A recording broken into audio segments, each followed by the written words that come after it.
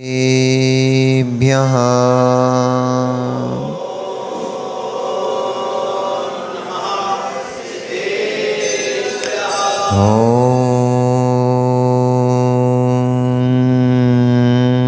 नमः सिद्धेभ्यः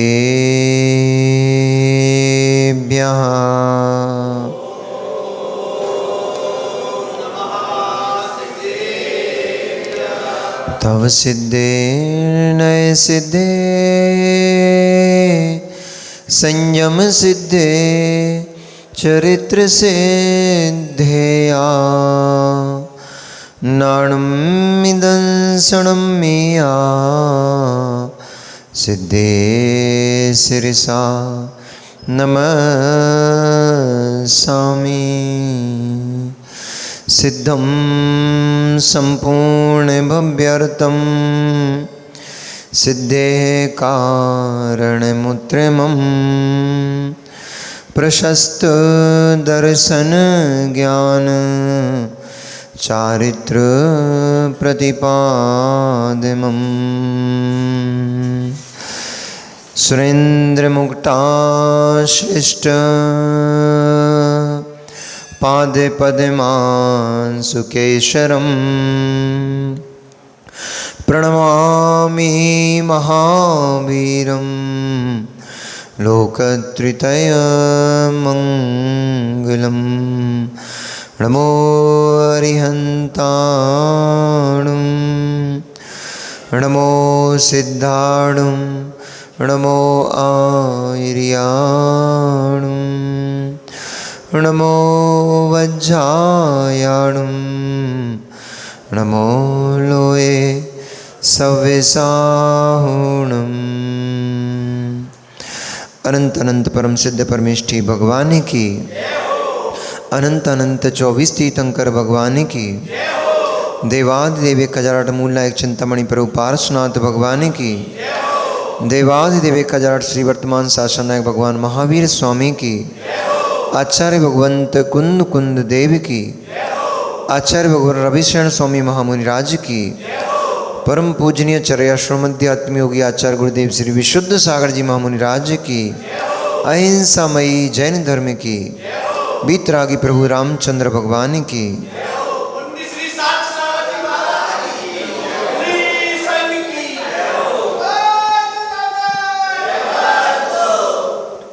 मनीषियों, वर्तमान शासन नायक भगवान वर्धमान स्वामी के शासन काल में हम सभी भव्य जीव यहाँ विराजते हैं। परम भट्टारक महाश्रमण उन भगवान वर्धमान स्वामी के मुख कमल से निश्चित भागवादिनी भगवती माँ जिनवाणी का हम सभी भव्य जीव करुणांजलि लगा करके यहाँ पान कर रहे हैं। यह भागवादिनी, यह भगवती माँ जिनवाणी हम सभी भव्य जीवों का कल्याण करे, सभी जीवों के लिए मोक्ष मार्ग प्रशस्त करें। संसार में भटकते जीव की जो दशा है वह उसकी भाव दशा के निमित्त से उत्पन्न हुई है। इसलिए जीव को पूर्व पर्याय और पश्चात पर्याय का ध्यान रखते हुए हमेशा अपने जीवन में उन अच्छे कार्यों को करना चाहिए जो अच्छे कार्य इस जीव के लिए उत्तम गति प्रदान करते हैं। क्योंकि जब तक उत्तम गति इस जीव को प्राप्त नहीं होगी तब तक इस जीव का यह संसार रूपी जन्म मरण शांत नहीं हो पाएगा। संसार का जन्म मरण यदि क्षय करना है तो सबसे पहले तो उत्तम गति पाने की आवश्यकता है। उत्तम गति में ही उत्तम कार्य संभव है और उत्तम कार्य से ही कर्मों का क्षय संभव हो पाता है और कर्मों का क्षय होते ही फिर इस जीव को निर्वाण की प्राप्ति होती है। तिरंज गति में अणुवृत्त धारण किए जा सकते हैं। तिरंज गति में अणुव्रतों को तो धारण किया जा सकता है, लेकिन त्रियंच गति में महाव्रतों को धारण नहीं किया जा सकता। परंपरा से त्रियंच गति मोक्ष का साधन तो हेतु बन जाएगी, परंपरा से तो नरक में भी मोक्ष का हेतु बन जाएगा। चारों गतियों में मोक्ष का साधन बन सकता है। नरक गति में भी सम्यक दर्शन की प्राप्ति होती है और सम्यक दर्शन पूर्वक ही मोक्ष होता है। तो सम्यक दर्शन मोक्ष का साधन है, हेतु है। तो नरक गति में हेतु तो बन सकता है, त्रियंच गति में अणुव्रतों को धारण कर सकता है त्रियंच, इसलिए वहाँ हेतु तो बन सकता है। लेकिन साक्षात हेतु कोई बनेगा, ये सब परंपरा हेतु है, ये सब परंपरा के निमित्त हैं। साक्षात हेतु यदि कोई है तो वह साक्षात हेतु तो मनुष्य पर्याय ही है। मनुष्य पर्याय में भी कुल की शुद्धि भी आवश्यक है, उत्तम सहनन की आवश्यकता होती है, और ये सब कुछ मिलेगा पुण्य के प्रभाव से। और पुण्य कब मिलेगा? जब ऐसा कोई भी कार्य नहीं करोगे जिससे पाप कर्म का आश्रव होता है, जिससे अशुभ कर्मों का बंध होता है, उन कार्यों से बचोगे तो अपने आप पुण्य की वृद्धि होती चली जाएगी। परिणामों में समता रखोगे, निर्मलता रखोगे, अपने आप पुण्य की वृद्धि होती चली जाएगी। वही पुण्यानुबंधी पुण्य फिर इस जीव को मोक्ष के लिए साधन बनता है। एक समय का किया गया पाप इस जीव के न जाने कितने भव खराब करता है।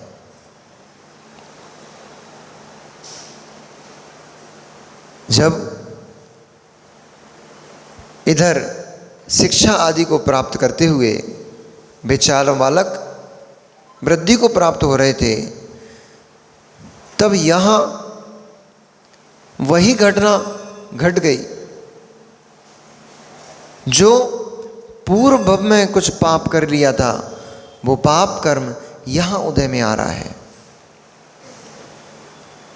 मिथिलापुरी में राजा जनक की पत्नी, क्या नाम था सीधा, विदेहा, राजा जनक की पत्नी विदेहा, उस विदेहा के जब गर्भ ठहरा तब एक राक्षस जाति का देव उसके गर्भ की प्रतीक्षा करने लग गया। राजा शरण्य ने पूछा, भगवान ये जनक के गर्भ से उस राक्षस देव का क्या संबंध है? ये कुछ बात मेरी समझ में नहीं आई, तो कृपया कर अभी जनक का और विदेहा का कथन तो बाद में कीजिए, पहले वह राक्षस देव, महाकाल नाम का राक्षस देव जनक की पत्नी के गर्भ में ठहरे हुए बालक के बालिकाओं के प्रतीक्षा क्यों कर रहा है? इस कथा को कहकर मुझे संतृप्त कीजिए। तब गणधर परमेष्ठी गौतम स्वामी कहने लगे, हे शैनिक, यही तो मैं कह रहा हूं कि जीवन में ऐसे कोई भी काम नहीं करने चाहिए जीव को जो कालांतर में इसके लिए कष्ट का कारण बनता है।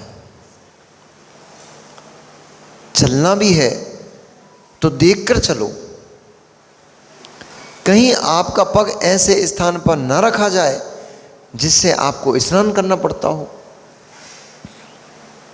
सौरभ भैया, देख के चलोगे तो रास्ते में पड़े हुए मल के ऊपर पैर नहीं पड़ेगा, और देखकर नहीं चलोगे, कहीं भी देखते चले जा रहे हो तो पैर तो मल पे पड़ ही जाता है, फिर स्नान करना पड़ता है।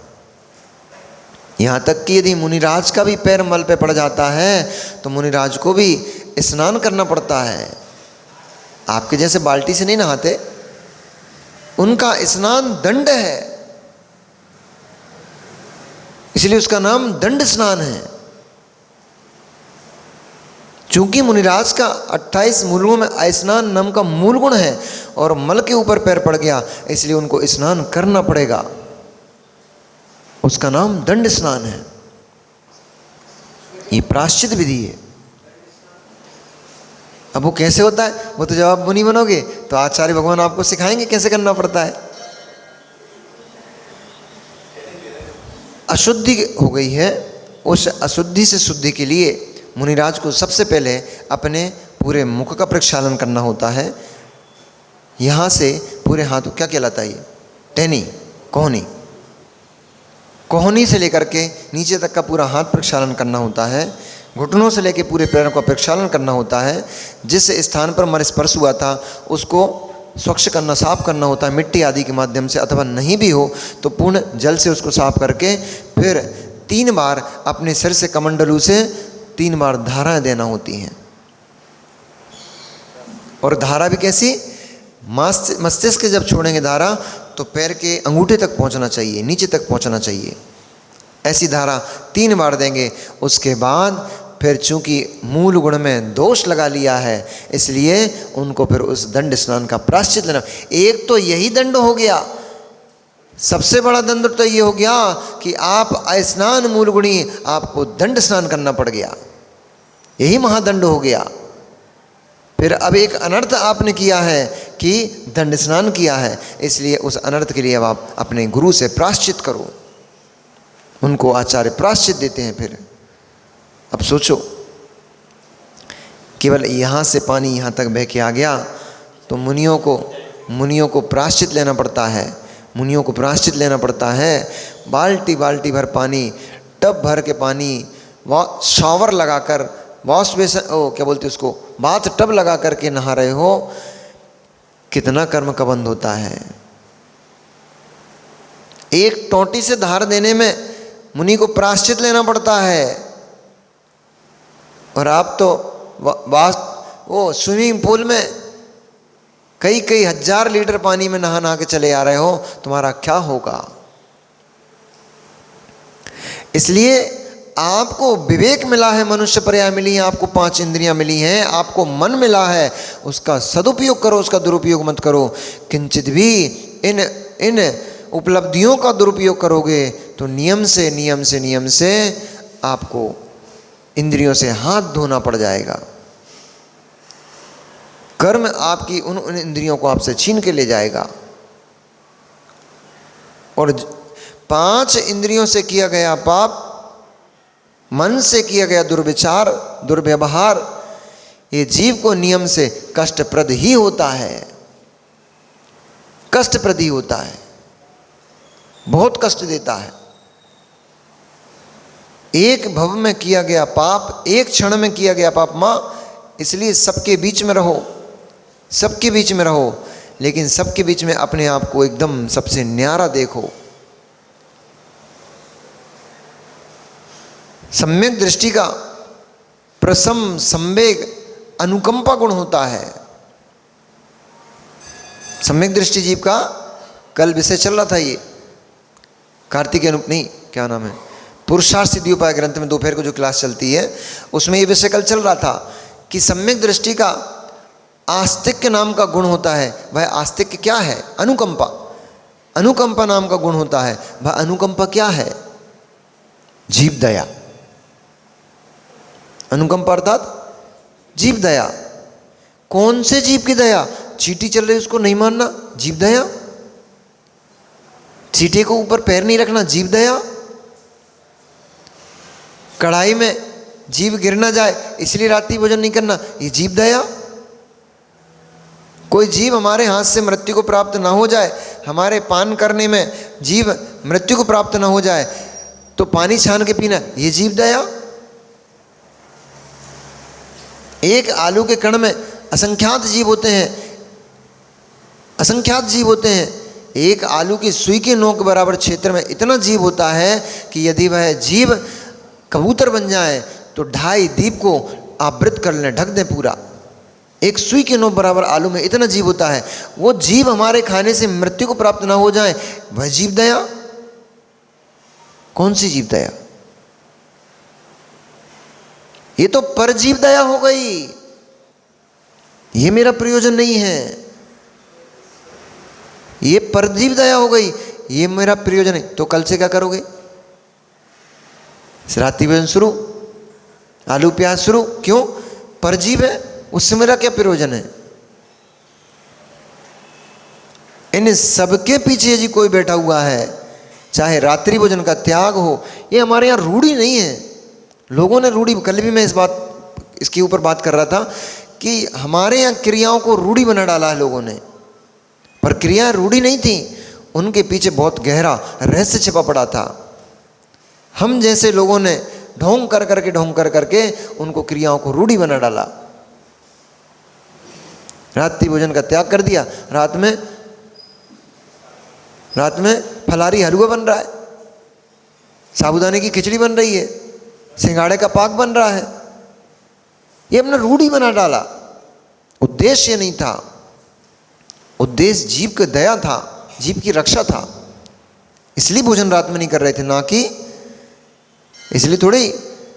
इसलिए भोजन रात में नहीं कर रहे थे कि हम रात में भोजन नहीं करें। भोजन रात में नहीं करने के लिए भोजन रात में नहीं कर रहे थे कि भोजन में जीवों की विराधना ना हो जाए, इसलिए रात में भोजन नहीं कर रहे थे।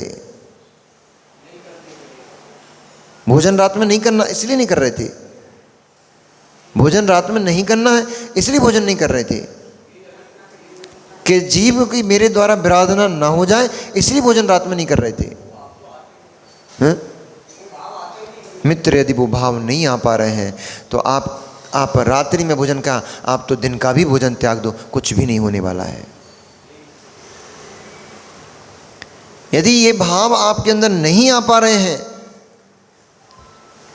तो दिन रात 24 घंटे का भोजन त्याग कर दो, कुछ भी नहीं हो पाएगा। क्योंकि आचार्य भगवंत कुंद स्वामी ने जीव दया को परम धर्म लिखा है। बत्तु साहबो धम्मो खमादि भावो या 10 धम्मो, धम्मो बत्तु साहबो खमादि भावो या 10 धम्मो, रणत्ययम च धम्मो जीवाणम रक्षणम धम्मो। जहां आत्मा का स्वभाव धर्म है तो जीवों की रक्षा करना आत्मा का स्वभाव है कि पुद्गल का स्वभाव है। जिन जीवों की रक्षा का आप बात कर रहे हो, वो जीवों की रक्षा करना इस जीव का स्वभाव है कि नहीं है? तो फिर वो इस जीव का धर्म हुआ कि नहीं हुआ? और यदि ये भाव ही उत्पन्न नहीं हो रहे हैं कि मैं रात्रि भोजन इसलिए नहीं करता हूं क्योंकि मेरे द्वारा किसी जीव का घात ना हो जाए, तो फिर आपके रात्रि भोजन छोड़ने का अभिप्राय क्या है, उद्देश्य क्या है?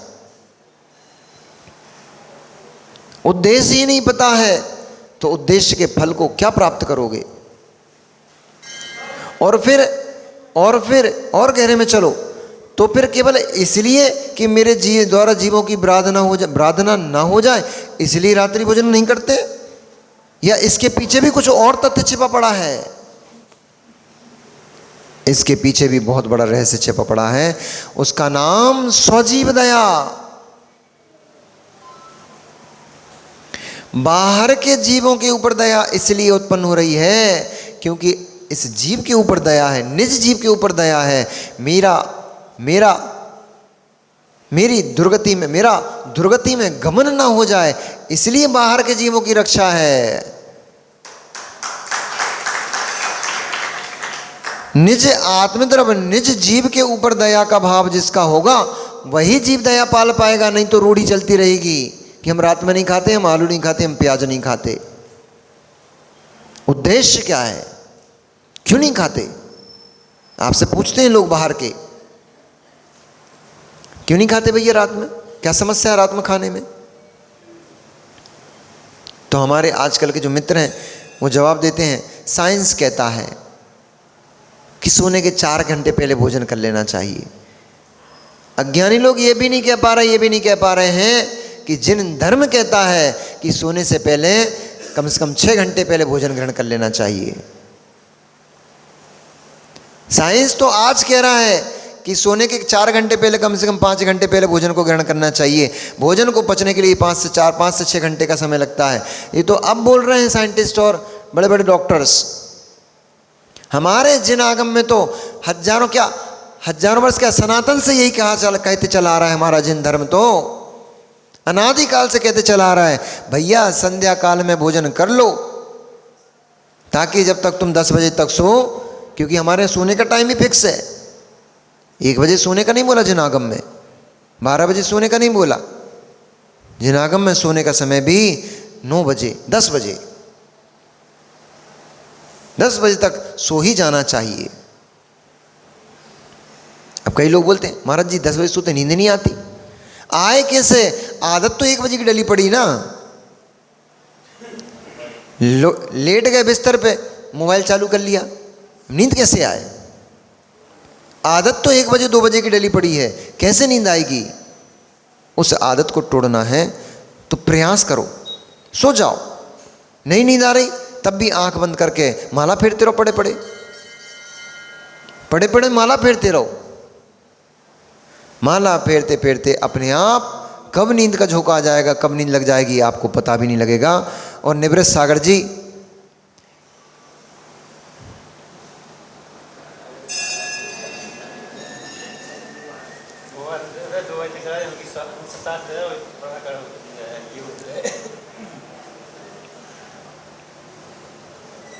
कब नींद आ जाएगी पता भी नहीं लगेगा।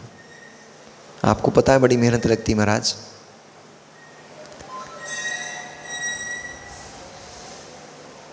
अब कहाँ चल रहे थे अपन?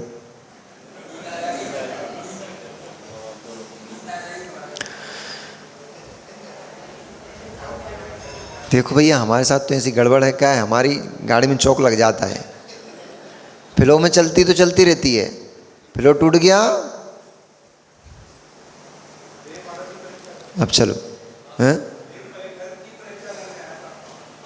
हाँ पहुंचते हैं, चलो।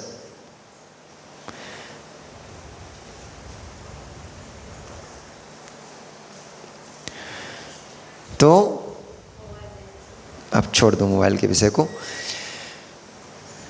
तो देव वहां पर इंतजार कर रहा था। कहां पर?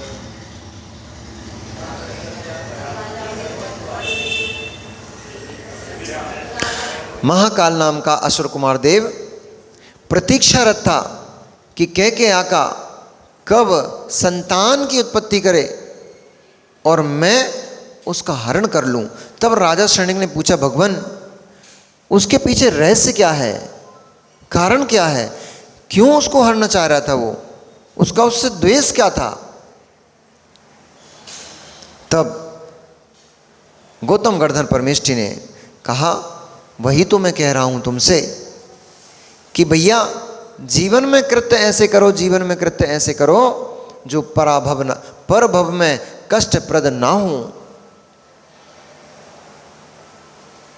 वह है राक्षस देव क्यों उसकी प्रतीक्षा करता है, इस कथा को मैं तुमसे कहता हूं, ध्यान लगाकर सुनो ताकि, और आप भी ध्यान लगाकर सुनो ताकि हमारे द्वारा कोई ऐसा कार्य ना हो जाए कि कोई कालांतर में कोई बैठ करके हमारे लिए प्रतीक्षा करे कि तुम जन्म लो फिर बताते हैं तुम्हें।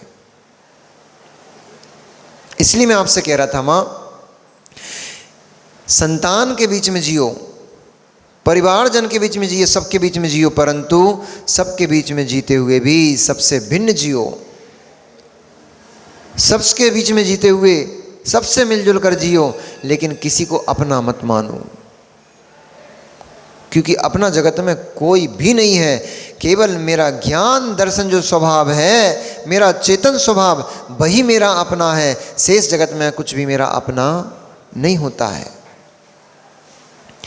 जिनके राग में तुम दूसरों से द्वेष कर बैठते हो, फिर वे ही जिनके राग में किया था वे भी कालांतर में भविष्य में आकर तुम्हारे शत्रु बनकर खड़े हो जाते हैं। जिनसे द्वेष किया था वे भी तुम्हारे शत्रु बन के आगे खड़े हो जाते हैं। कभी शत्रु मित्र बन के खड़ा हो जाएगा, कभी मित्र शत्रु बन के खड़ा हो जाएगा, पता भी नहीं पड़ पाएगा, अपना ही अपना गला काटते मिलेगा। इसलिए ज़्यादा राग किसी से मत करो, क्योंकि ज़्यादा राग करोगे तो नियम से उसके प्रति द्वेष भाव उत्पन्न होगा ही होगा।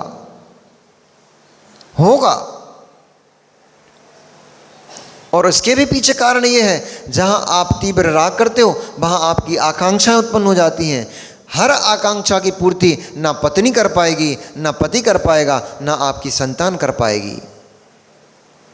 और जहां आपकी एक आकांक्षा 100 की 100 पूरी हो जाएंगी, 99 पूरी हो जाएंगी, एक नहीं हो पाएगी, वहीं द्वेष खड़ा हो जाएगा, वहीं उसमें आपको शत्रु दिखाई देने लग जाएगा। मैं तो बहुत सारी अनुभव की बातें आपको बताता हूं।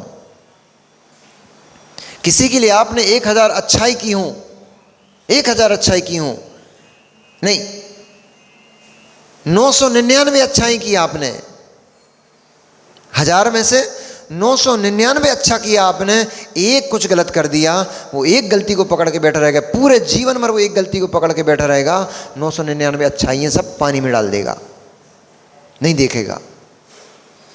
एक गलती को पकड़ के बैठा रहेगा पूरा जीवन, नहीं उस एक गलती के सहारे न जाने कितनी पर्याय उसकी खराब करेगा और हमारी खराब करेगा। इसलिए बहुत गहरे में किसी को अपना मत मानो, किसी को अपना मत बनाओ। जो गहरे में अपना बन जाते हैं वे ही कालांतर में कष्ट देते हैं। मिलो मिलो यहाँ पर। वह देव प्रतीक्षा कर रहा था, तब राजा सैनिक को गणधर परमेष्ठी कहते कि हे मित्र, चक्रपुर नाम का एक नगर था। क्यों वह देव प्रतीक्षा कर रहा है उस कथा को मैं कहता हूं, ध्यान से सुनो। चक्रपुर नाम का एक नगर था, उस नगर में चक्रध्वज नाम का एक राजा अपनी मानेश्वरी नाम की पत्नी के साथ, महारानी के साथ बड़े ठाठ से अपना जीवन जीता था। बहुत ही यश, सम्मान और अपने राजशाही ठाठ के साथ वह अपना जीवन को जीता हुआ बहुत लंबा समय जब बीत गया, उसके यहाँ चित्तोत्सव नाम की पुत्री ने जन्म लिया। वह चित्तोत्सव सर्व गुणों में, सर्व कलाओं में संपन्न थी, रूप सौंदर्य की मूर्ति ही थी और सभी के चित्त को हरण करने वाली थी, इसलिए उसका नाम चित्तोत्सव रखा।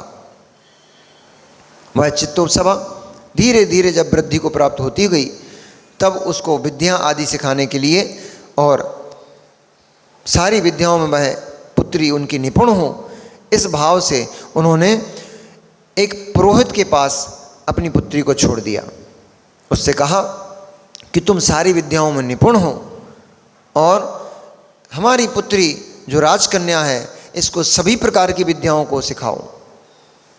वह पुत्री धीरे धीरे धीरे धीरे वृद्धि को प्राप्त होती गई और जब वो वृद्धि को प्राप्त हुई तो उसी नगर के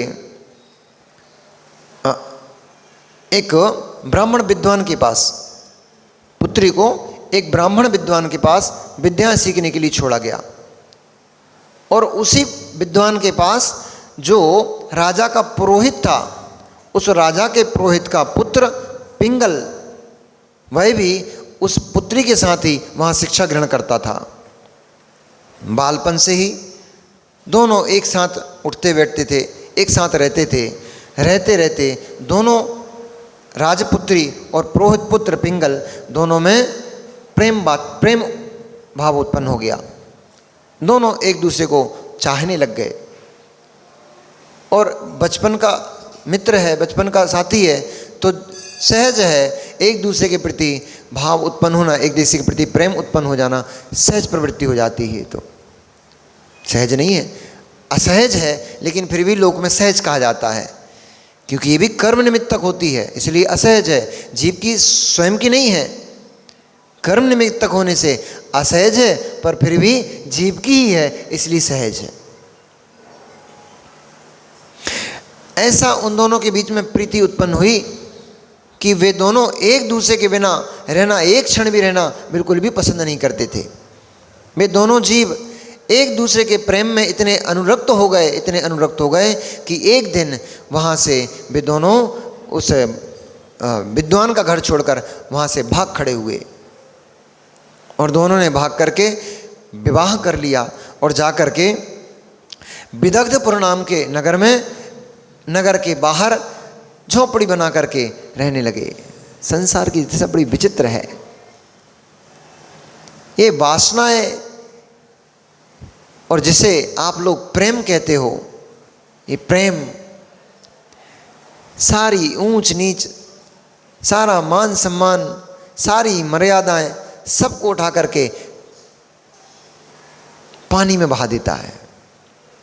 सबको रौंदते चला जाता है। कुल की मान नहीं, कुल की मर्यादा नहीं, कुछ भी नहीं देखता, सबको रौंद देता है। कहाँ तो राजपुत्री, महलों में जन्म लेने वाली, राजशाही ठाट को भोगने वाली पत्नी भी बनती तो किसी राजकुमार की पत्नी बनती। पर इसीलिए तो कहा जाता है प्रेम अंधा होता है। और मैं तो कहता हूं अंधा नहीं, बहरा लंगड़ा लूड़ा सभी होता है। एक रोग है ये, लोक में कहा भी जाता है इसको प्रेम रोग। ये एक बहुत बड़ा रोग है। अन्य रोगों की तो औषधि संसार में की जा सकती है। अन्य कोई रोग लग जाए, दीपक, कोई रोग लग जाए तो व्यक्ति को वैद्य को दिखा करके ठीक कराया जा सकता है। पर जिस जीव को प्रेम रोग लग गया उसका कोई औषधि, कोई उपचार जगत में नहीं होता है। कोई भी उपचार नहीं होता है।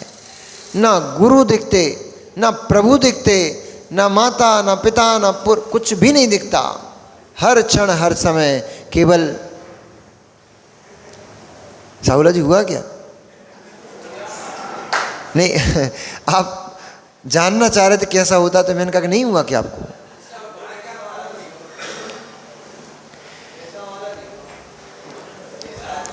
बचे रहे, अच्छा हो गया, अच्छा हो गया, बचे रहे। वैसे दुबले पतले हो, बोर लग जाता तो पता नहीं क्या हो जाता। अच्छा रहा कि नहीं लग पाया, बच गए। और ऐसा यहाँ कह रहे हो देवी बेटी क्या?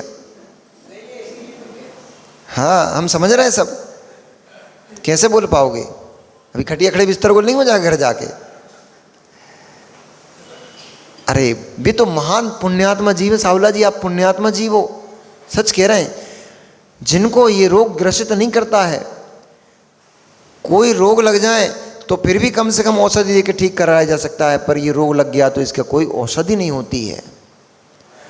और ऐसी औषधि तो ठीक, इस रोग से ग्रसित व्यक्ति शरीर में फोड़ा हो जाए वहीं कष्ट देता है। शरीर में कष्ट फोड़ा हो जाए, वो फोड़ा उतने ही स्थान को पीड़ित करता है, उतने ही स्थान को घेरता है। पर प्रेम रोग लग जाए तो एक आत्मा के एक एक प्रदेश को घेर लेता है। पूरे अंग अंग में कष्ट होता है।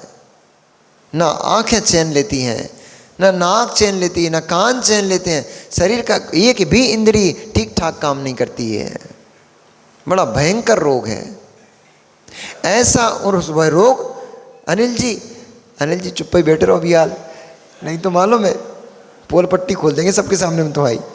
सब पता है मैं तुम्हारी, कहाँ कहाँ तुम नज़र मारने जाते हो ना, सब नज़र है भाई तुम पे। अरे जीव अब तो छोड़ दे, अब तो छोड़ दे, मान जाओ, मान जाओ। नहीं मानोगे, नहीं मानोगे ना तो नरक में नार की मार मार के मनवाएंगे फिर। इसलिए अब तो मान जाओ। पर स्त्री को देखना, पर स्त्री को देखना व्यभिचार है, घोर घोर पाप है, घोर पाप है। इसलिए भैया, अरे वो तो हम अनिल जी को तुम उदाहरण लिया है, नहीं ऐसा नहीं समझना कि वो इधर उधर ताड़ते रहते हैं। वो तो हमने उनको, अब वो हिलडुल ज़्यादा रहे थे ना तो हमने कहा ठीक, थोड़ा अनिल जी को ही हम उदाहरण बना ले रहे हैं। वो तो उनको उदाहरण लिया, नहीं तो आप लोग ऐसा नहीं समझना कैरेक्टर लेस हैं वो, नहीं अच्छा कैरेक्टर है, धर्मात्मा जीव है। वो तो हमने उदाहरण ले लिया उनका। चलो, तो इसलिए वह दोनों भी उस बेचारे प्रेम रोग से ग्रसित होकर के और वहाँ से भाग खड़े हुए जा कर के, क्या दुर्दशा हो गई। कहीं तो वो पुरोहित पुत्र राज पुरोहित था, राजा के नगर में ठाठ से ऐशो आराम की जीवन को जीता, और पुत्री किसी राजमहल में किसी महाराजा की पत्नी बनकर पट्टमहिषी बनकर के जी रही होती। पर बेचारे ऐसे रोग में फंस गए कि फंस करके अब लकड़ियां जंगल से बीन में निकल आते हैं और लकड़ियों को बेच बाँच करके अपना जीवन यापन करते हैं। हो, महारानी की पुत्री, महारानी की पुत्री जंगल में लकड़ियां बीन रही है। ये सब भावों की विडंबना है, कर्मों की विडंबना है। जब जब जीव का कर्म उदय में आता है ना, तो फिर ऐसी दुर्दशा कर देता है, फिर नहीं देखता कुछ भी कि कौन हो, कहाँ के हो, कैसे हो, कुछ नहीं देखता। तुमने किया है भोगो। ऐसा वह जीवन जीते जीते बहुत लंबा समय जब उनका बीत गया, उसी विदग्ध नगर के एक राजा थे, उनका नाम था कुंडल मंडित। कुंडल मंडित। अचानक से वे राजा एक दिन वन विहार के लिए निकले और उनकी दृष्टि उस चित्तोत्सवा के ऊपर पड़ गई। रूप रंग में तो वह सबके चित्त को हरण करने वाली थी ही, यौवन के योन्माद से और भरी हुई थी, और अपने विशाल विशाल नेत्रों से और अपनी विशाल कायिक चेष्टाओं से उसने कुंडल मंडित को प्रभावित कर लिया। वह कुंडल मंडित देखते ही उसके काम बाणों से मूर्छित होकर गिर गया। यद्यपि शरीर तो खड़ा था, शरीर तो चल रहा था, लेकिन काम के बाणों से वह बेचारा घायल हो गया और घायल होकर वहीं पर मूर्छित हो गया। वह अपने महल में वापस तो चला गया, परंतु चित्त को अपना उस वन में ही छोड़ गया, हृदय अपना उस वन में ही छोड़ के चला गया, जो कि चित्तोत्सवा के पास रह गया। उसको अब रात में नींद नहीं आती, दिन में भोजन नहीं रुचता है, कुछ भी कार्य नहीं रुचता है, केवल एक कार्य बस, वह स्त्री मुझे कैसे मिलेगी। पापियों का कार्य परद्रव्य का हरण ही होता है। पापियों का कार्य परद्रव्य का हरण ही होता है। वे जीव पापी जीव हैं जो दूसरों की संपत्ति को हरने का भाव करते हैं। वे जीव चाहे वे भाई के रूप में हो, चाहे पिता के रूप में, चाहे पुत्र के रूप में हो, वे जीव तो घोर घोर घोर घोर पापी जीव हैं, पाप कर्म से युक्त जीव हैं, जो जीव दूसरे की संपत्ति पर नजर गड़ाए बैठे रहते हैं, ये संपत्ति मुझे कब मिल जाए। अरे अपने पुण्य पर, अपनी संपत्ति पर नजर रखो। यदि पुण्य होगा तो जगत में कहीं भी बैठ जाओ, संपत्ति अपने आप मिलती है, और अगर पुण्य नहीं होगा तो जगत में कहीं भी बैठ जाओ, संपत्ति छिन जाती है। क्यों दूसरे की संपत्ति पर नजर? बिलस्त बिलस्त भूमि के पीछे लड़ाई हो रही है। एक एक फीट जमीन के पीछे भाई ने भाई की गर्दन पर छुरी चला दी। नहीं देखा कैसा आपने? हमने तो देखा ही। एक बिलस्त भूमि के पीछे, एक बिलस्त भूमि के पीछे एक फीट भूमि, एक फीट भी नहीं, आधा फीट, एक बिलस्त भूमि भाई के दूसरे भाई के पक्ष में चली गई तो छोटे भाई ने बड़े भाई के ऊपर छुरी चला दी। एक बिलस्त भूमि कितने की होगी? 25-50 लाख रुपया की। 100 फीट भी मान लो, एक बिलस्त भूमि 100 फीट की कितने की होगी? 20-25 लाख रुपया। अरे पागल आदमी ने उस भाई के ऊपर छुरी चला दी, कोर्ट में गया, जेल गया, कोर्ट गया, और कोर्ट में छूटते छूटते कई लाख रुपए लग गए। जेल में पड़ा रहा कई सालों तक, वहां सड़ता रहा, और लाखों रुपए दे डाले वकील को, लाखों रुपए खिला डाले जेलर को, इनको और उनको, तब जाकर छूट के घर आ पाए। इससे अच्छा मित्र इज्जत से बड़े भाई के चरण छूता, भाई भूमि में क्या रखा है, भाई इस भूमि में क्या रखा है, तुम ले लो। तो भाई भी उदार चित्त होकर बोलता, अरे न तेरी है न मेरी है, कोई भी घूमता रहेगा, इसमें क्या फर्क पड़ता है। नहीं कर पाया। उससे ज्यादा पैसा नष्ट हो गया, धन नष्ट हो गया, कीर्ति नष्ट हो गई। लोग खड़े होकर हंस रहे थे, मजे देख रहे थे, आहा भाई भाई के ऊपर लड़ रहा है, भाई भाई से लड़ रहा है, एक भाई दूसरे भाई को मार रहा है, बहुत बढ़िया। ऐसा करना मत भैया, आंसू भाई, ऐसा करना। अकेले हो के 2-3 है, 3 है ना, ऐसा करना मत मित्र। बिलस्त भूमि क्या, सारी की सारी संपत्ति यदि भाई लेने लग जाए तो उससे झगड़ना मत, लड़ना मत। उससे कह देना, मेरे भाई भूमि तो मैं फिर पैदा कर लूंगा, भूमि तो मैं फिर खरीद लूंगा, मेरा भाई कहां से पैदा करके ला पाऊंगा मैं। संतान उत्पन्न करने की सामर्थ्य तो तुम्हारे अंदर है, एक नहीं 4 संतान उत्पन्न कर लोगे। तुम्हारे अंदर कोई सामर्थ्य नहीं कि तुम अपना भाई पैदा कर सको। इसलिए भूमि छोड़ देना, संपत्ति छोड़ देना, धन छोड़ देना। सुन रहे हो माताओं? केवल सुन ही रहे हो कि बाहर जाके भी ये बात याद रहेगी कि देवरानी के पास एक कान का फूल ज़्यादा चला गया तो कोर्ट में पहुंच गए देवरानी को लेकर के। सास ने मान लो करधनी तुम्हें नहीं दी, खुद रख ली बचा के, तो सास को कोर्ट में खड़ा कर दोगी क्या? करधनी तो खूब बन जाएंगी, फिर बन जाएंगी। करधनी क्या है, बड़ी चीज़ थोड़ी ही है, 1,50,000 की चीज़ है, 2 लाख की चीज़ है, कमा लोगे पैसा फिर बना लोगे। सास कहाँ से लाओगी दूसरी? खेल वो तो हम तो वो भी ले आएंगे, हम तो वो भी ले आएंगे। सास तो दूसरी ले आओगे, शीलवंती कहला पाओगे क्या? सास कहीं दूसरी ले भी आओगे तो शीलवंती बचोगे क्या? शीलवान पुरुष बचोगे क्या? सास ले आओगे, संपत्ति ले आओगे, सील कहां से लाओगे? पूरी जीवन क्या, पूरी संपत्ति नष्ट करके भी सील को नहीं खरीदा जा सकता है। मिल लो, जितने बड़े बड़े राजे महाराजे हुए सबसे मिल लो। राजा के पास संपत्ति कम थी क्या? सोने की लंका में निवास करता था, जिसका भवन ही स्वर्ण का बना हो, जिसकी नगरी ही स्वर्ण में बनी हो। जैसे आपकी जयपुर पिंक सिटी है ना, पूरी सिटी पिंक है, ऐसे जिसकी नगरी ही स्वर्ण की बनी हो, ऐसी स्वर्णपरी लंका में रहता हुआ वह रावण अपनी कीर्ति को बचा पाया क्या? अपने यश को बचा पाया क्या? सारी संपत्ति लग जाएगी, सारी संपत्ति पड़ी रह जाएगी, ना यश खरीद पाओगे, ना कीर्ति खरीद पाओगे, और ना अपना शील खरीद पाओगे, शील धर्म खरीद पाओगे। अब उन बेचारों को क्या पता, रोचक, उन बेचारे जीवों को क्या पता कि शील संपत्ति क्या चीज होती है, जो बाजारों में हर कहीं खड़े होकर के अपनी शील को नष्ट करके आ जाते हैं। उन्हें क्या पता शील की क्या महिमा है, उन्हें क्या पता ब्रह्मचर्य की क्या महिमा है। वासना में पड़ा हुआ व्यक्ति ब्रह्मचर्य से बहुत दूर है, नहीं पलता। शरीर से अब्रह्म का सेवन कर पाए नहीं कर पाए, मानसिक मैथुन तो कर ही लेता है। इसलिए केवल प्रविचार केवल शरीर से अकेला नहीं होता है। तत्व सूत्र पढ़ा है आप लोगों ने? पढ़ा तत्व सूत्र? तत्व सूत्र में एक सूत्र है,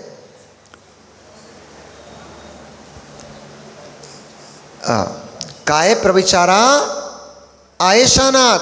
पहला सूत्र, काय प्रविचारा आयशानाथ। शरीर से प्रविचार स्वधर्म और ऐशान स्वर्ग तक होता है। शेषाह स्पर्श रूप शब्द मनः प्रविचारा। शेष प्रविचार, शेष अब्रह्म का सेवन, यानी दूसरे स्वर्ग के ऊपर तीसरे चौथे स्वर्ग में शेषाह स्पर्श मात्र, अपनी देवी को स्पर्श करने मात्र से उनकी काम वासनाएं शांत हो जाती हैं। शब्द, उनके शब्द सुनने मात्र से इस पर उनकी वासनाएं समाप्त हो जाती हैं। शब्द, रूप, रूप को देखने मात्र से प्रविचार हो जाता है, वासनाएं समाप्त हो जाती हैं। मनः, अपनी देवी का मन में स्मरण करने मात्र से उनका प्रविचार पूर्ण हो जाता है, उनकी वासना समाप्त हो जाती है। परे प्रविचारा, अगला सूत्र, इसके ऊपर प्रविचार नहीं होता, वासनाएं नहीं सताती हैं। इसका अर्थ क्या हुआ? दो धाराओं में समझो सूत्र को। पहला तो ये, जितना जितना नीचे रहेगा उतना उतना वासनाएं अधिक रहेंगी, जैसे जैसे ऊपर उठते चला जाएगा वासनाएं कम होती चली जाएंगी, प्रविचार अपने आप समाप्त होता चला जाएगा।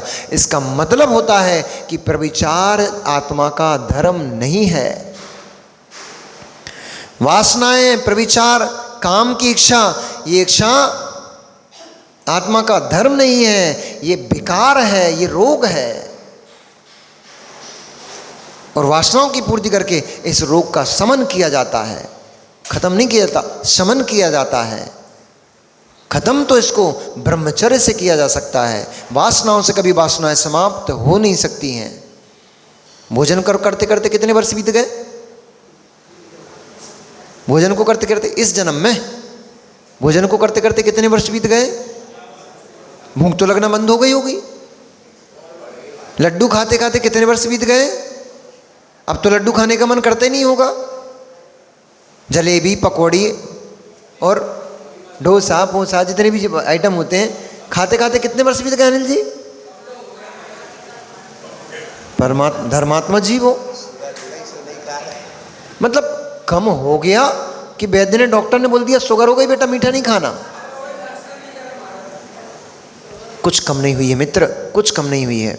और कम हो गई है तो बुद्धिपूर्वक कम हो गई है कि शरीर ने कम लेना कर दिया है? यदि बुद्धिपूर्वक आपका भोजन कम हो गया है, आप विश्वास मानना, आप धर्म की तरफ बढ़ने लग गए हो। वर्षों वर्षों बीतते चले गए, वर्षों, मेरा विषय ये नहीं था, वर्षों वर्षों बीतते चले गए। ए अनिल जी, वर्षों वर्षों बीतते चले गए, वर्षों वर्षों बीत चले गए, क्या कभी लड्डू खाने का मन नहीं करता? करता है ना। तो वो शांत नहीं हुई ना इच्छा। हजारों लाखों लड्डू खा डाले पर वह इच्छा तृप्त कहाँ हुई? अभी भी मन कर ही जाता लड्डू खाने का। ऐसे कितने वर्षों तक तुम वासना से अपने आप को भोगते रहो, कितने वर्षों तक अब तुम प्रविचार करते रहो, तुम अपने काम भोग करते रहो, उससे तुम्हारी वासनाएं शांत होने वाली नहीं है। शरीर बूढ़ा हो जाएगा, शरीर शिथिल पड़ जाएगा, तब मानसिक मैथुन करते मिलोगे। मैंने शायद एक दिन और भी बताया था यहाँ पर कि हमें पन्ना में एक 80 साल के वृद्ध मिले थे। 80 साल के वृद्ध साहुला जी मुझसे ये बोल रहे थे, महाराज अभी भी हमारी वासनाएं शांत नहीं होती हैं, क्या करूं मैं? उनके नाती पोतों के बराबर का उम्र का हूं मैं, उनके नाती पोतों की उम्र का हूं, मुझसे इस युवा अवस्था में पूछ रहे हैं। मुझे बड़ा आश्चर्य हुआ कि जिनकी इंद्रियां ही शिथिल हो चुकी हैं, अब भी इनको 80 साल की उम्र में भी इनको मैथुन करना पड़ता है, अब्रह्म का सेवन करना पड़ता है। बड़े आश्चर्य की बात है, नहीं संभाल पाता जीव। ये कर्मों की पीड़ा है, ये वेद कर्म की उदीर्णा है। वह वेदनी कर्म पुरुष को स्त्री की तरफ अपने आप आकर्षित करता है, वह वेदनी कर्म स्त्री को पुरुष की तरफ आकर्षित करता है।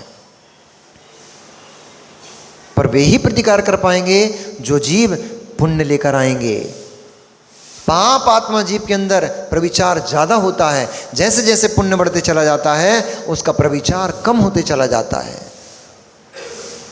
बेचारे उस प्रविचार में फंसे हुए दोनों महाराजा के पुत्र राजकुमारी और वह पिंगल, दोनों ही जंगल में लकड़ियां बीनकर अपना जीवन जीते थे। जब उसके ऊपर दृष्टि कुंडल मंडित की पड़ गई, वह काम बाण से विभल हो गया, वेदित हो गया और हर क्षण उसको केवल वह चित्तोत्सवा ही दिखती थी और कुछ भी दिखाई नहीं देता था। तब उसने अपने मित्र से कहा, मंत्री से कहा कि हे मंत्री, तू ये यदि मेरा सच्चा मित्र, सच्चा सेवक है, तुझे मुझे उस स्त्री से मेरा समागम करा, क्योंकि उस स्त्री के बिना मेरे प्राणों का हरण हो जाएगा। अब मुझे किसी से कोई प्रयोजन नहीं है, मुझे तो उस स्त्री से ही प्रयोजन है। तब मंत्री तो छलिया होते ही हैं, नीतिज्ञ होते हैं, इसलिए कूटनीति का मंत्री कौन बैठे? मंत्री जी, अरे सुनो, मंत्री तो छलिया, सच बोल रहा हूं, ऐसा मैं नहीं बोल रहा हूं, मंत्री तो छलिया होते ही हैं, पर जो कूटनीति करते हैं वे मंत्री छलिया होते हैं। धर्म नीति वाले मंत्री छलिया नहीं होते। नीतियां दो प्रकार की होती हैं, एक राजनीति होती है, कूटनीति होती है, और एक धर्म नीति होती है। धर्म नीति सम्यक होती है, करना चाहिए, राजनीति नहीं करना चाहिए, कूटनीति नहीं करना चाहिए, उसमें पाप का बंध होता है।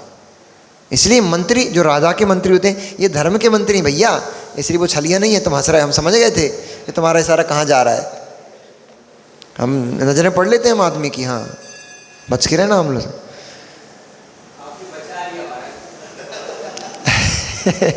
सबकी रक्षा करना हमारा कर्तव्य है भाई।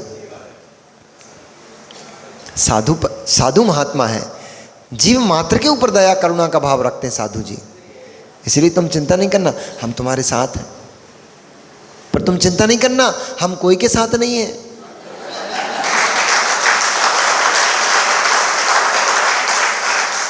इस भूल में कोई ना बैठे कि हम तुम्हारे साथ हैं। आप लोगों से ही बोल रहे हैं, इस भूल में मत बैठो कि कोई आपके साथ है, कोई आपके साथ नहीं है। हर जीव अपने मतलब के साथ जुड़ा हुआ है, अपने मतलब से बैठा हुआ है। मतलब सिद्ध नहीं होता। माँ भी लात मार के बेटे को घर से बाहर निकाल दे, निठल्ला घर में बैठा है, फाके कर रहा है, हमारा घर बर्बाद कर रहा है, रोटी तोड़ रहा है फालतू, जा कुछ कमा के ला। ये सब अपनी आंखों से देखे हुए हैं मेरे पास दृश्य। ये सब ऐसा वह कूटनीति करते हुए और उसने चित्तोत्सवा को ला करके उस कुंडल मंडित के सामने रख दिया, महल में प्रवेश करा दिया।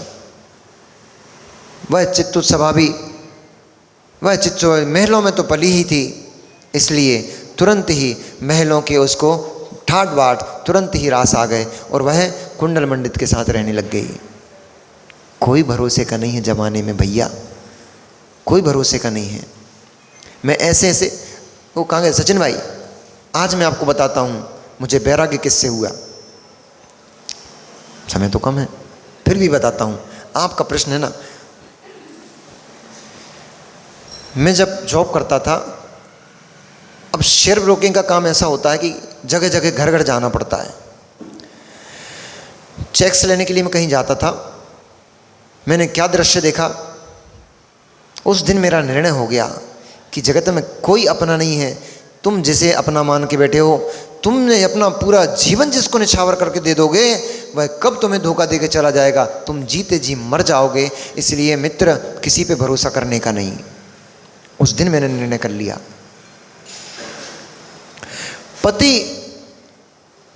पति जॉब में, पत्नी गृहिणी।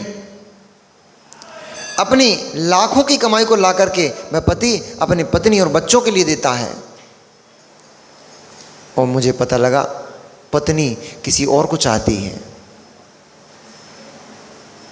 जब मैं चेक लेने गया, उसने मुझे बोला कि घर पे पत्नी के पास मैं चेक छोड़ आया हूँ, तू जा चेक उठा लेना वहाँ से। और जब मैं घर पे उसके गया, वो किसी और के पति के साथ बैठी हुई थी। अब बैठी नहीं थी, जो दृश्य मैंने देखा वो मैं आपको यहाँ पे बता नहीं सकता हूँ। तब मैंने कहा मित्र बेचारा वो तो इसको अपनी पत्नी मानता है। भर तो चेक रहा था, साइन तो चेक पे करवा रहा था, पर मेरा मन क्या कर रहा था उस समय मेरा मन कर रहा था, मित्र वो तो अपनी पत्नी मानता है, वो तो इसके अलावा किसी को देखता भी नहीं है, इसके ऊपर जान छिड़कता है, और देखो ये क्या कर रही है। कौन किस मोड़ पर, जीवन के किस मोड़ पर कौन आपको धोखा दे के चला जाएगा, आपको रोते छोड़ के चला जाएगा, आपको पता भी नहीं लगेगा। आपको ये लग रहा है, आपको ऐसा लग रहा है कि ये तो हमारे लिए है और सारा समर्पण, रोचक, ये तो सारा का सारा समर्पण हमारे लिए दिए हुए है। ये सब दिखावा है, छलावा है, ये केवल झूठ है कि कोई आपके लिए समर्पित है। कोई समर्पित नहीं है। इसका मतलब ये नहीं सबकी ऐसी होती हैं, परंतु कैसे निश्चित हो कि किसकी पत्नी किसको धोखा नहीं दे रही, अथवा किसका पति किसको धोखा नहीं दे रहा है। इसलिए हम अपना पूरा जीवन ब्रह्मचर्य धर्म नष्ट करके अपनी पत्नी अपने पतियों के लिए अपना पूरा ब्रह्मचर्य, अपना पूरा शरीर, लावण्य, रूप सब दे डालते हैं, पर पता लगा वही हमारे साथ धोखा करके चला गया। अब बैठे रहो, आंसू बहाते रहो। जीवन में इससे बड़ा, जीवन में किसी के कोई कष्ट नहीं हो सकता कि उसके अपने ने उसको छल कर दिया हो, धोखा दे दिया हो। तिल मरता है वो व्यक्ति, क्षण क्षण मरता है व्यक्ति। ऐसा जब दृष्टांत मेरे सामने आया, मैंने उसी दिन निर्णय कर लिया अपने को जीवन में कभी विवाह तो करना ही नहीं। महाराज बने तो बन जाए, नहीं बने तो नहीं बने, शादी नहीं करना। ब्रह्मचर्य ले लिया उसी दिन, वहीं कायस्वर करके मैंने ब्रह्मचर्य ग्रहण कर लिया। आज से मेरा ब्रह्मचर्य अखंड है। आचार्य के पास तो मैं बाद में पहुंचा, मैंने वहीं तुरंत कायस्वर कर लिया। आज से मुझे ब्रह्मचर्य व्रत धारण करता हूं, आज से शादी का त्याग। मेरे जीवन में ऐसी घटनाएं बहुत सारी घटी, एक एक घटना एक एक सीख देती चली गई, और मैं वहीं खड़े होकर कायस्वर करते चला गया। और आचार्य ने, मैं सुनता था आचार्य से, आचार्य बोलते थे बेटा जीवन में ऐसे कोई भी बात जो तुम्हें पसंद ना आए, तुम्हें लगे ये ठीक नहीं है, ये व्यक्ति अच्छा नहीं कर रहा, उसको सुधार तो तुम पाओगे नहीं, इसलिए तुम खड़े होकर भाई कायस्वर कर लेना, इस कार्य को मैं नहीं करूँगा, आज से मेरा प्रतिज्ञान।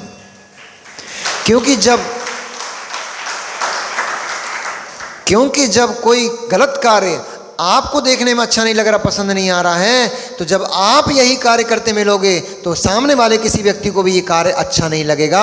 इसलिए तुरंत वहीं खड़े होकर कायस्वर करो कि आज से मेरे इस कार्य का प्रतिज्ञान। मैं किसी का मन ऐसे खराब नहीं करूंगा जैसे ये मेरा मन खराब कर रहा है। ऐसे बढ़ते चले गए, घटनाएं घटती चली गई, घटनाएं घटती चली गई। अब ये सब भी नियोग होता है, जिसकी भवितव्यता जैसी होती है उसका नियोग भी वैसे ही बन जाता है। आपका भी नियोग ऐसा है कि आपके विचारों में विशुद्धि का संचार ये 3 मुनिराजों के माध्यम से होना था, इसलिए 3 मुनिराज आचार्य भगवंत ने आपके पास पहुंचा दिए।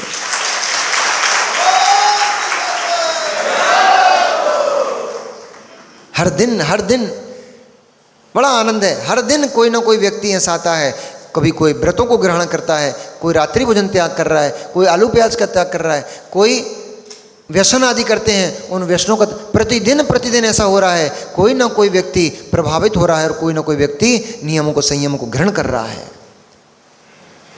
तो ये भी निश्चित है कि जो कर रहा है उसका भव बदल रहा है। जो नियमों को ग्रहण कर रहा है, जो संयम में बढ़ रहा है, नियम से कालांतर में यह नियम उसके लिए कभी ना कभी केवल ज्ञान जरूर प्रकट करेगा। एक छोटा सा नियम भी भगवान बना देता है, एक छोटा सा नियम भी। इसलिए माँ हम बोलते हैं एक सेकंड के नियम लो, एक मिनट के नियम लो। नहीं ले सकते हो आप पूरे दिन के नियम, नहीं ले सकते हो आप घंटों, 2 घंटे, 4 घंटे, 10 घंटे का नियम। 1 मिनट का नियम लो। 1 मिनट के लिए ये प्रतिज्ञान, 1 मिनट के लिए ये त्याग, 1 मिनट के लिए मौन, 1 मिनट के लिए आने जाने का त्याग। 1 मिनट के नियम लो। कम से कम आपको 1 मिनट के नियम लेते लेते इस बात का तो ज्ञान हो जाएगा कि मैं नियम लेने की सामर्थ्य रखता हूं। कम से कम आपके अंदर अलर्टनेस तो आ जाएगी। एक क्या बोलते हैं हिंदी में अलर्टनेस को? सावधानी। कम से कम आपके जीवन में ये सावधानी तो जाएगी कि मुझे अपने आत्मा के प्रति जागृत रहना है, सावधान रहना है। छोटे छोटे से नियम, और नियम से ये छोटे छोटे से नियम एक ना एक दिन बहुत बड़े बड़े नियम हो जाते हैं और महाव्रत अनुव्रत हो जाते हैं, अनुव्रत और महाव्रत हो जाते हैं, और फिर यही अनुव्रत महाव्रत भगवान बना देते हैं। शुरू तो करो, प्रारंभ तो करो। आज बड़ा चमत्कार हुआ। माली का बच्चा रास्ते में मिला, उस माली के बच्चे ने आज रात्रि भोजन का त्याग किया। योग सागर जी के कल जो वो वीर रस की जो देशना थी, वो योग सागर जी की वीर रस की देशना कल काम कर गई। कैसे भी बदलें, जीवों के परिणाम परिवर्तित हों, जीवों के परिणाम शांत हों, निर्मल हों। कैसे भी हो, हमारा तो लक्ष्य यही है, कैसे भी हो, जीव बेचारे जो पाप पंख में गिरते चले जा रहे हैं, वे पाप से कैसे तो मुक्त हों, पापों से कैसे तो बचें, कैसे तो अपने भव का सदुपयोग कर लें ताकि उनका आगे का कार्य सफल हो जाए। इधर बेचारा पिंगल अपनी पत्नी जैसे ही घर वापस आया, घर क्या कहें, उस झुग्गी में झोपड़ी में वापस आया, उसने अपनी पति को नहीं पा करके चारों ओर वन में जब उसको खोजा, कहीं भी नहीं मिली। वो तो पागल हो गया, बावरा हो गया, हर समय चिल्लाते फिरने लग गया कि उसका चित्तोत्सवा का नाम रटते फिरने लग गया। जगह जगह उसने अपनी पत्नी को ढूंढा, कहीं नहीं मिली। बेचारे दीनहीन का कोई सहारा होता है तो उसका सहारा कौन होता है भैया? दीनहीन का सहारा कौन? राजा ही सहारा होता है। इसलिए अपनी पत्नी को खोजते खाजते और राजा कुंडल मंडित के पास पहुंचा। उसने कहा, हे राजन, आप सबको समृद्ध करने वाले हो, सबको सुखी। पागल से मतलब वैसा पागल नहीं हो गया था, उन्मत्त सरीका हो गया था। राजा के पास जाकर उसने बोला कि राजन, आप तो सबका कल्याण करने वाले हो, सबके दुख सुख में आप ही काम आते हो, मेरे ऊपर भारी दुख आन पड़ा है, मेरी पत्नी का हरण हो गया है, मेरी पत्नी मुझसे छिन गई है, कोई मेरी पत्नी को छीन कर ले गया है, मुझे मेरी पत्नी दिला दो महाराज। राजन, मैं आपका जीवन भर उपकार नहीं भूलूंगा, मैं आपका ऋणी रहूंगा, मेरी पत्नी मुझे दिला दो। कहाँ से दिला दो, कहाँ से दिला दो? पत्नी तो स्वयं के ही महल में बैठी है, पत्नी तो खुद के ही महल में बैठी है, कहाँ से दिला दो? उसने धीरे से अपने नेत्रों का तिरछा इशारा करते हुए और कुटिल नेत्रों को करते हुए मंत्री को इशारा किया। भागा भागा तुरंत मंत्री आया, बोले ये तो तुम्हारे साथ बड़ा दुख हुआ है, बड़ा कष्ट की बात है कि कोई कसाई जीव, कोई पापी जीव तुम्हारी पत्नी का हरण करके ले गया है। पर तुम चिंता मत करो, कोई हरण करके नहीं ले गया है तुम्हारी पत्नी। हमने कुछ लोगों के मुंह से सुना है कि एक सुंदर स्त्री अभागी भागे भागे दक्षिण दिशा की तरफ चली जा रही थी, तुम्हें उस दिशा में जाना चाहिए। वहाँ हो सकता है किसी से प्रेरित होकर के वह उस दिशा में चली गई हो, इसलिए वहाँ तुम्हें खोजना चाहिए, वहाँ शायद वो मिल जाएगी। अभागा बेचारा पत्नी के प्रेम का मारा दक्षिण दिशा की तरफ भागते चला गया। उसको कुछ भी होश नहीं था, कभी पैर में कांच चुभ रहे थे, कभी कांटे चुभ रहे थे, कभी पत्थरों की ठोकर लग रही थी, कभी गिरता था, कभी पड़ता था, तो कभी उठकर धूल भी नहीं झड़ाता था, शरीर पे धूल लगाते हुए ऐसा वह बेचारा पिंगल दक्षिण दिशा की तरफ रास्ते में भागा भागा चला गया। वन में खोजा, उस तरफ जो भी नगर आदि बने थे, गांव बने थे, सारे गांव में नगर में खोजा, हर व्यक्ति से पूछा, हताश हो गया। कई दिन ढूंढते रहा, कई दिन खोजते रहा। जब पत्नी नहीं मिली तो बेचारा हताश होकर के पुनः नगर में वापस आ गया। अपने भवन में, नगर में, घर में बैठा बैठा प्रतीक्षा करने लग गया, मेरी पत्नी किसी न किसी दिन अवश्य वापस आएगी। पर सिंह के चंगुल में फंसी हिरणी अब कहाँ वापस आ पाएगी? सिंह के चंगुल में फंसी हिरणी अब कैसे वापस आ पाएगी? उसका तो भक्षण ही होगा। ऐसे ही अब जो राज ठाट में पहुंच चुकी है, वह कैसे तेरे पास, दरिद्री के पास आएगी? वह तो अपने सुख से वहां पर जीवन व्यतीत कर रही है। बहुत समय जब बीत गया, तब वहां के नगर के ऊपर जब कुंडल मंडित और चित्तोत्सवा दोनों ही बड़े अच्छे से अपना जीवन व्यतीत करते हुए बहुत समय बिता दिया, तब पास के ही एक नगर के राजा ने बहुत उत्पाद मचा के रखा था, जिसका नाम था, वह है अनिरण्य नाम का एक राजा था। वह राजा कुंडल मंडित के राज के ऊपर बहुत उत्पाद मचाता रहता था। तब कुंडल मंडित अनिरण्य के यहाँ उत्पाद मचाता रहता था। बार बार उसके ऊपर युद्ध के लिए उसने उसको ललकारा, लेकिन ये बिल में घुस के बैठ जाए। तो जब बिल में घुस के बैठ ही गया चूहा, अब सिंह बाहर से कितने भी खड़ा करके गर्जना करते रहे, पर उससे प्रभाव क्या पड़ेगा? इसलिए अनिरण्य इसको जीत नहीं पाता था। एक दिन उसने अपने मंत्री से कहा, जब मंत्री ने राजा अनिरण्य को बहुत ही उदास होते चित्त देखा, तब उसने पूछा कि राजन क्या बात है, आप इतने उदास क्यों हो? तब उसने कहा, मेरी उदासता का कारण कुंडल मंडित है। ये हमारे कई नगर ध्वस्त कर चुका है, कई नगरों में उत्पात मचा चुका है, पर जब भी मैं इसके ऊपर प्रहार करता हूँ, चढ़ाई करता हूँ, कहीं ना कहीं छुप के बैठ जाता है, तो मैं इसको जीत नहीं पा रहा हूँ, बड़े विडंबना है मेरे साथ। उसने कहा, इतनी छोटी सी बात, उसका तो जो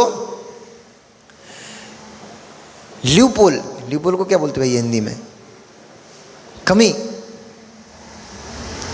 उसकी जो कमी है, उसकी जो अच्छा शब्द नहीं मिल रहा है, ल्यूपोल को कमजोरी, उसकी जो कमजोरी है वो मुझे बहुत अच्छे से पता है। मैं यूं ही अभी आपके चरणों में उसको दास बना के पटकता हूँ। उसको पता था ये तो राजा कुंडल मंडित चित्तोत्सव में आसक्त हो चुका है, इसको राजपाट का कुछ भी ध्यान नहीं है, नगर में क्या चल रहा है, देश में क्या चल रहा है, हमारे कौन से राजा हमारे लिए शत्रु हैं, कौन से मित्र हैं, कुछ भी पता नहीं है। वो तो अपनी पत्नी उसमें प्रिया में ही आसक्त पड़ा रहता है। इसलिए उसने शीघ्र ही जा करके और सेंध लगा करके कुछ उसके मंत्रियों को अपने कब्जे में लिया। कब्जे में लेकर के थोड़ा कुछ धन आदि दे करके, लोभ में लालच में दे करके शीघ्र ही कुंडल मंडित को उसने बंदी बना लिया और बंदी बना कर ला करके राजा अनरण के सामने रख दिया। राजा अनरण ने उसे राजपद से हटाते हुए मंत्री को राजपद सौंप दिया और उस कुंडल मंडित को राज्य से अपने और उसके दोनों राज्यों से बाहर भगा दिया। एक स्त्री में आसक्त पुरुष कभी सुख नहीं भोग सकता, कभी सुख नहीं भोग सकता। पर स्त्री को हरण करके लाया था, आज कर्म उदय में आ गया, सारी संपदा का हरण हो गया। मित्र भूल मत कर लेना, जो दूसरे के द्रव्य का हरण करता है निश्चित ही उसका भी एक न एक दिन सारा का सारा द्रव्य हरण हो जाता है। एक स्त्री को हरण करके लाया था, उस पाप कर्म के उदय ने सारे के सारे राज का हरण करा दिया, सारा राज छिन गया और जंगल जंगल में, भूमि भूमि पर, नगर नगर में उसको दाने दाने के लिए मोहताज कर दिया। भटकता हुआ एक मुनिराज के चरणों में पहुंच गया और वहां जाकर उसने निवेदन किया कि भगवान, अब क्या निवेदन किया, समय तो हो गया, अब निवेदन क्या किया वो कल पता लगेगा। नमो हरिहंताणम, नमो सिद्धाणम, नमो आयर्याणम, नमो वज्रायणम, नमो लोहित साहूणम।